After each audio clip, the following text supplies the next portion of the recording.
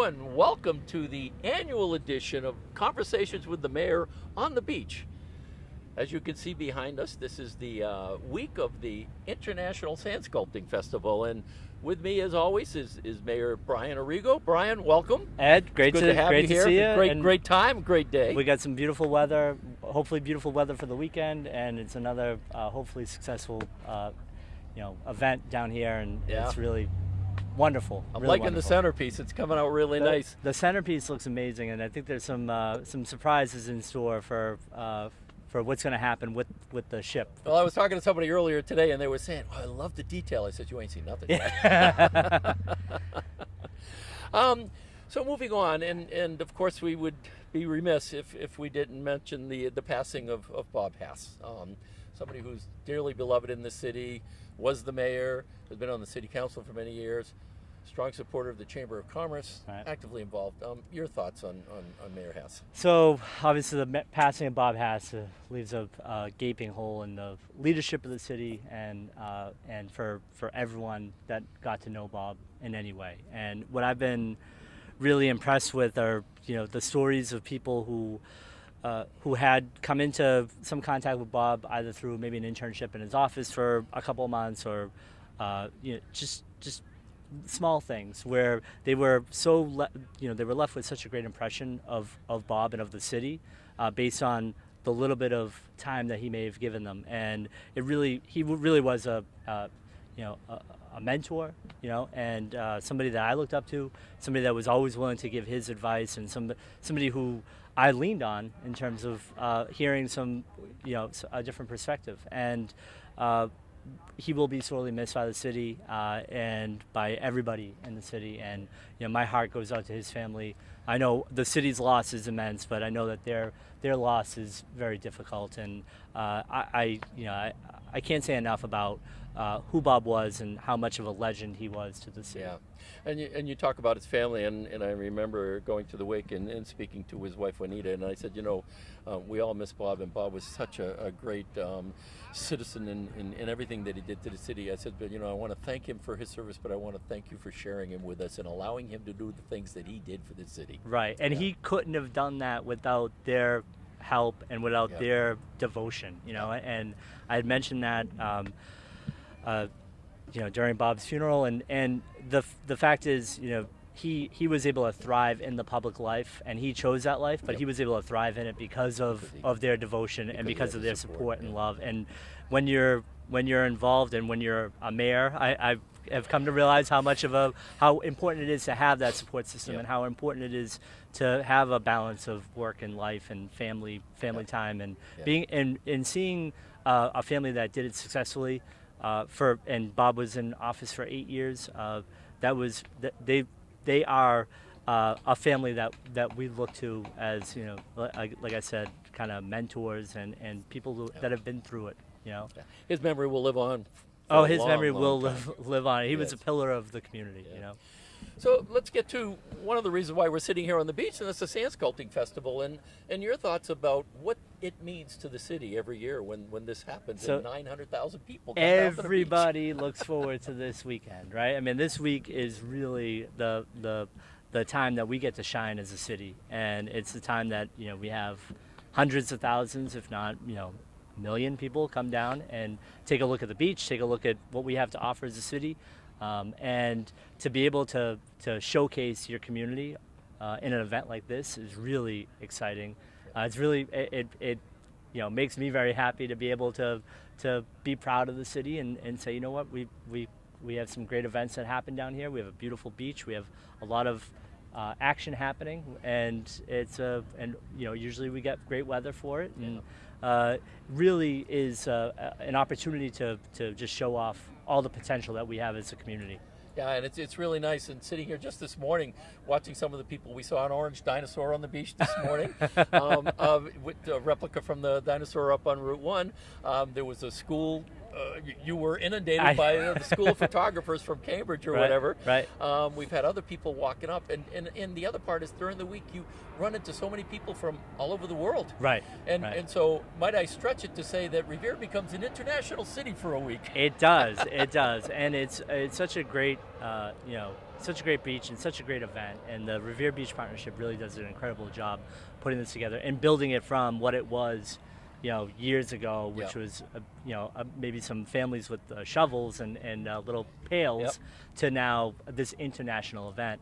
And what's exciting for me is thinking about, and I think we're going to talk about it a little bit, but some of the development that's going to happen and having opportunities for hotels down on the beach, which everyone has talked about for years, and we're now finally seeing that will be coming to fruition in the next couple of years, and to have a place where people can stay for this weekend, and it would be at a premium, and have some wonderful restaurants to be able to go to, and just have some of those amenities that we always talk about. It's really exciting. And might I say, in this day and age where economics and budgets come into play, it will be nice for Revere to be able to have an economic boom from this event as well. Right, and to have some people, and I think at the end of the day, we get 1 million people that come down here, to have some people spend some money, in the city. And we do, this attracts enough people that the local businesses do see some great benefit. But if we have, hotels and restaurants and some great places for people to be able to go to, we'll see that even more. And I think that's what I'm here to do, is to make sure that those things happen, and that we are putting our best foot forward, and that we show off the great amenities that we have. I'm loving it. I'm loving it. And let's go to, there's the sand sculpting event, of course, is one of the major events. The Revere Beach Partnership runs a number of events during the year on the beach, but going more importantly to the Revere Parks and Recreation Department, because the city runs a lot of events during the summer. Talk a little bit about some of those events. We do, and we have some great work that's being done down in the rec department. We have a number of different sports camps that have been going on. We have bubble ball, which is I haven't done this yet, but you jump into a ball filled with air, and you roll around. And I've been told by the staff that it may not be the best thing for me to do. That some adults end up with broken bones. So I do have to check that out. But we run obviously summer camps and just a number of things. Movies on the Beach, which is a great event, and great events that happen every couple of weeks. We just had Jaws down on the beach, and so it's always a favorite. Which is a favorite, right? And the exciting thing this year is that we've attracted food trucks to come down along with the movie night. So not only can you watch a great movie on the beach, but you can get a burger from Boston Burger Company, or I think Roxy Grilled Cheese is also going to have their food truck down. They sponsored the movie, so they're not only sponsoring the movie, but they're going to have their food truck down there. Fantastic. Great event for families and be able to enjoy. Because everybody used to have the food trucks along here during the sand sculpting festival, but for those events, that's great. Yeah, and we just announced today that we're going to be doing a fall festival on Broadway. We're going to be shutting down a portion of Broadway from Park Ave to Beach Street, and we're going to have a family zone. It's going to run from 1 to 8 on I think it's the 24th. The 23rd. 23rd, okay. So September 23rd from 1 to 8, we'll have not only a family zone, but there'll be live music and a lot of great things happening along Broadway. And really the idea is to attract people, attract the residents to come out, meet their neighbor, talk to each other, bring the family, and have some fun, and be able to be a community. Yeah, some great things coming up. And then, of course, after that, we have the Columbus Day Parade coming up. Yes, and then the Columbus Day Parade. That's our biannual fun. So it's every odd year. It comes to Revere, and so this year it'll be here, and that will be very exciting. We're able to have a great fundraiser a couple of weeks ago that Linda DeMayo in my office was able to coordinate with Deb. A lot of fun, a great turnout, and raise some money for a great cause, which is the Columbus Day Parade. That will be happening. We're very excited to host it this year, and we're looking forward to hopefully some great weather and a lot of fun to be had by the entire community and families and everyone alike. And I'm talking to some people about some of the lineup and stuff like that. Of course, we're going to have a lot of some of the drum and bugle corps that have been there in the past, and Buddy Mancini, is it? Buddy Mancini from is East Boston, yep, is working with is the working committee, with the committee. Yep. who's been doing this for so many years. Oh yeah. Yeah, and it's possible we may see the roller coaster. Yeah, so there cars. may be some fun added bonuses in this year's parade. I hope and I haven't given away anything. we Spoiler have alert. we have a great committee. Linda DeMayo in my office is on the committee. Mark Silvestri, the director of Veteran Services. Michael Nicastro from the chamber is involved, and Buddy. A great team to have working, on the city's behalf, and to make sure that we have a great event. And it's great to have these events that draw in 1 million people, but it's also important to have those smaller events that are really community-based and draw out the Revere residents and make sure that they understand that we want to put on programming for everyone. Yeah. So, kind of switch gears a little bit and go to the economic development, which you alluded to earlier, and it's amazing. You've been here your life. I've been here most of my life, and all of these. When will be our time? And right. I think our time is starting to emerge, and right. and very visibly so. Start off with the demolition at Wonderland, because I mean that's been an eyesore for a long time. Right. Tell us where that is, and where are the plans in terms of what's going to go there afterwards? Right. So we've been working with the current ownership for a year and a half now since I've been in office. I sent down our inspectional services folks and made sure that the building, which was a blight, and everyone kind of agreed that it was a blight, was taken a look at and give a hard look at it to say, what's going to have to be done in this property. So that report and doing that and kind of initiating that action has gotten us to this point where there are now construction fences around. They're doing some abatement. They have, I believe, pulled a permit for the demolition, and that significant demolition will start sometime in August. They have already started the initial kind of internal demolition and abatement work. And as you can imagine, there's significant abatement work that needs to be done. Asbestos, asbestos and rodent control and things like that. So it's going to take a while, but you see that there's been movement.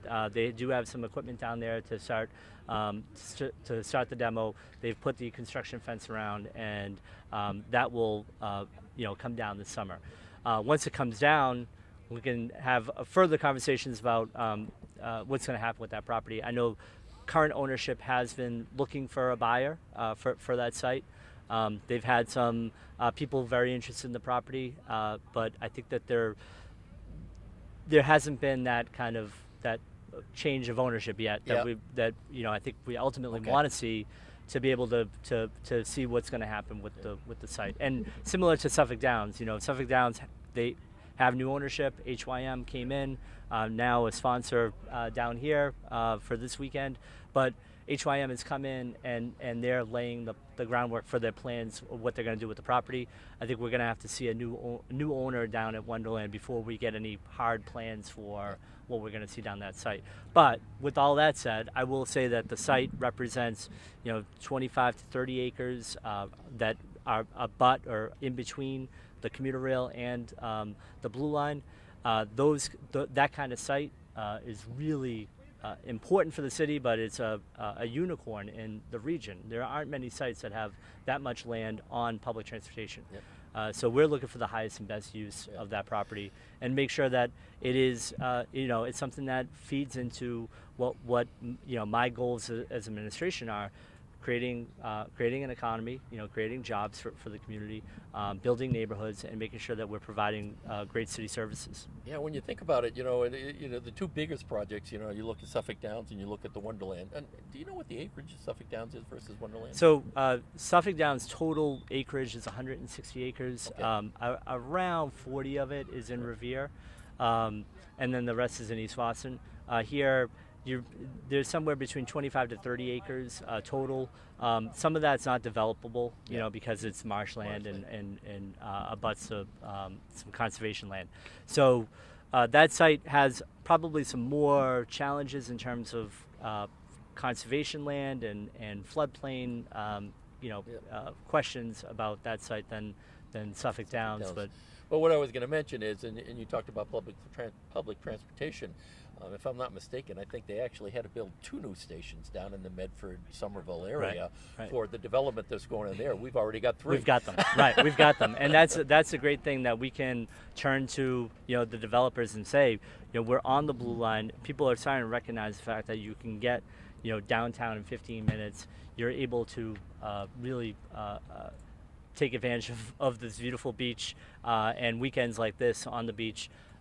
There's really unlimited potential, and we're starting to see the recognition of that. Having a group like HYM come into the city and drop, upwards of $150 million on a piece of property, really says a lot about what they view is the future and the potential for a city like Revere. Yeah, and talking about the beach, and we'll shift to the beach, and the old Shipwreck Lounge is about to become a hotel, right? If I read things correctly, right. Talk a little bit about that project. Yeah, so there are actually 2 new hotel projects on the beach that we've been discussing and talking about. One is down at the Shipwreck. There is a special permit that is being requested that's in front of the City Council now. To allow for a hotel at that site. We're very excited about that. That's going to represent a significant change from the current kind of site that it is now to a hotel use with a restaurant, which is something that we've talked about a lot in terms of being able to be attractive, be an amenity, right? Yeah, have kind of a deck. Can we call it the Shipwreck Lounge? They were talking about 1 if I land, 2 if I sea, which I thought was not bad. It's a restaurant that they have. So the group is called JBX. They are actually they are responsible for the largest Holiday Inn in the country. It's close to 500 rooms in Manhattan. Wow. And down the financial district of New York City. Those kinds of, again, it goes back to the quality of investors and the quality of developers that you have come into the city. To have a group like that come in, again, really says a lot about, I think, the city and about the potential, and the willingness for them to look at a site and say, you're telling me I can, build a hotel on this beautiful beach and take advantage of all the great amenities that are here? Absolutely. So that's one. The other one is actually at Waterfront Square, which is the last piece of the Waterfront Square development that's been going on Ocean Ave. Mm-hmm. And that is exciting, another exciting project that will be going before the Revere Beach Design Review Board, which is part of our kind of administration in terms of getting approvals for different projects on the beach. And that hotel is going to be another wonderful hotel with amenity space, restaurant space, maybe some kind of coffee shop involved, and again, deck space and that indoor-outdoor kind of space that I think we always look at when you go down the seaport or you go down certain areas. You say, why can't we have something where you can eat out on a deck and look at this beautiful view?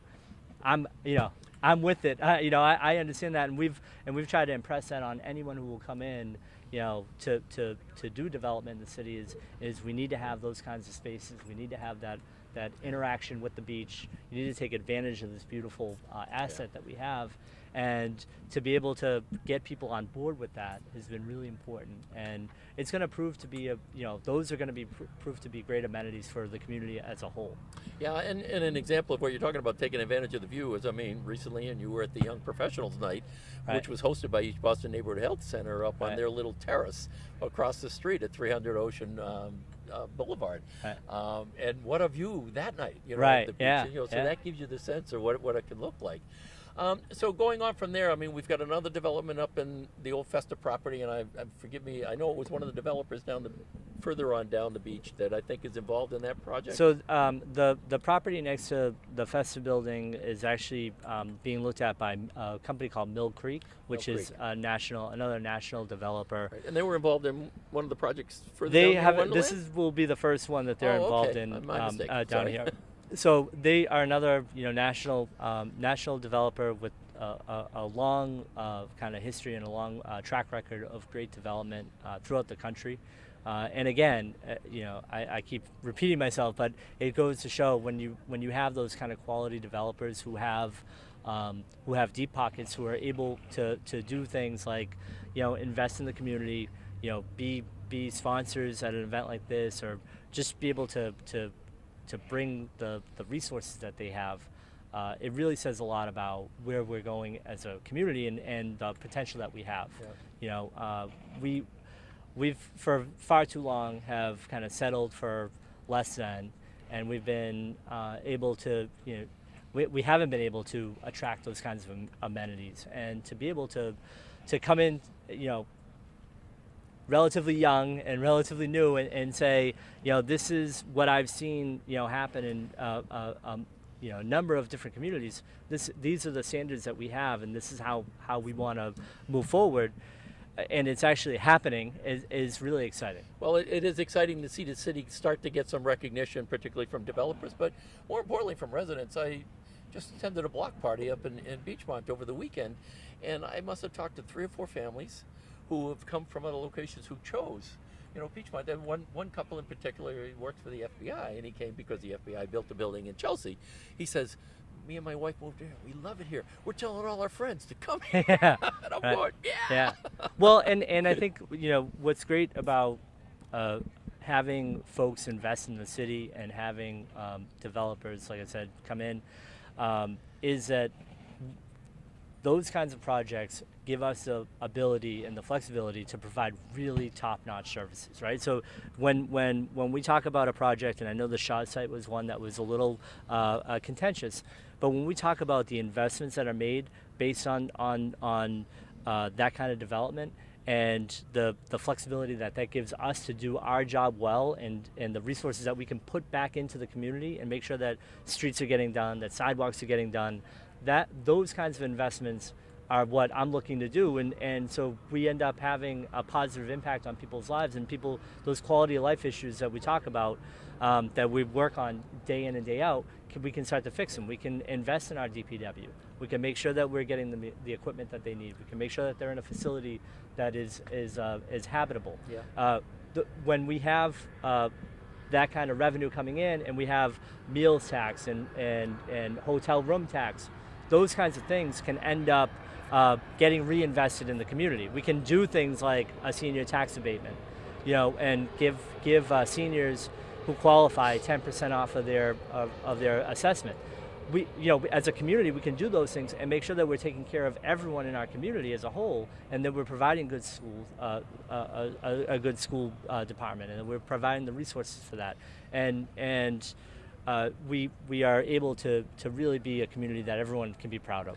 Yeah, and you hit upon something that I was going to get to relative to all these development projects, and it's, for lack of a better word, mitigation funds. And, right. and talking with Bob O'Brien, Economic Development Director, about all the different projects and the benefit to the community organizations that will result from those. Right, and just in June, the developers for the Shaw's project deposited a check into a community, basically mitigation Yep. fund, upwards of $400,000. So that's money that we can turn around and start to look to invest in maybe the Shirley Ave area, or Yep. Down in Beachmont. So we have to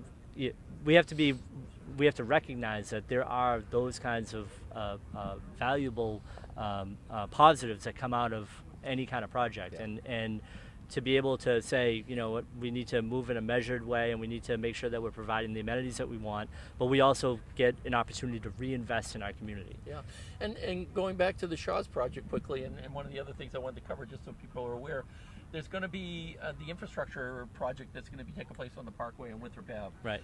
Give us a general timeline update on that. So that I believe, has gone out to bid. That project will begin this summer, I'm pretty sure. We have a new water line that's going to be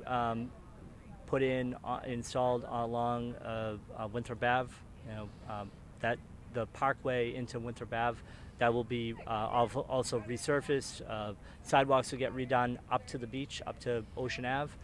So that kind of investment, and that was a part of the MassWorks grant that the city got Right. as part of the project coming up. $3.2 million, Yeah, I think. yeah, right. And so having again the recognition from the state to say, we're going to invest in the infrastructure down here. We know that you have a 80, 90-year-old water line that it breaks every 6 months. If that's a priority for you and for the residents of Beachmont, we'll make sure that we can fix it. And so to be able to have that kind of investment is really important, and it not only will help, obviously, I think the residents of Beachmont, but having the pedestrian access down to the beach redone so Yep. that walk from the parkway down to the beach isn't you're not taking your life in Your in hands. your Yeah, hands. exactly. To be able to make that connection to the beach and be able to have folks be able to come down here safely is really important. Yeah. Those are all the ones that were on my mind. Any I missed? No, I think that's about Yeah. it. I mean, there's plenty of great things happening. Yeah. And there are so many things going on and so many other topics, and we'll have more opportunities to do Yeah. that. But for now, this is Ed DeVoe from Revere TV with Mayor Brian Arrigo, and until next time, take care. Hey everyone, we're recording this on a very special day. It is actually my lovely wife's birthday. I just want to say happy birthday, Devine. Joseph, Jack, and I love you with all of our hearts. Thank you for everything.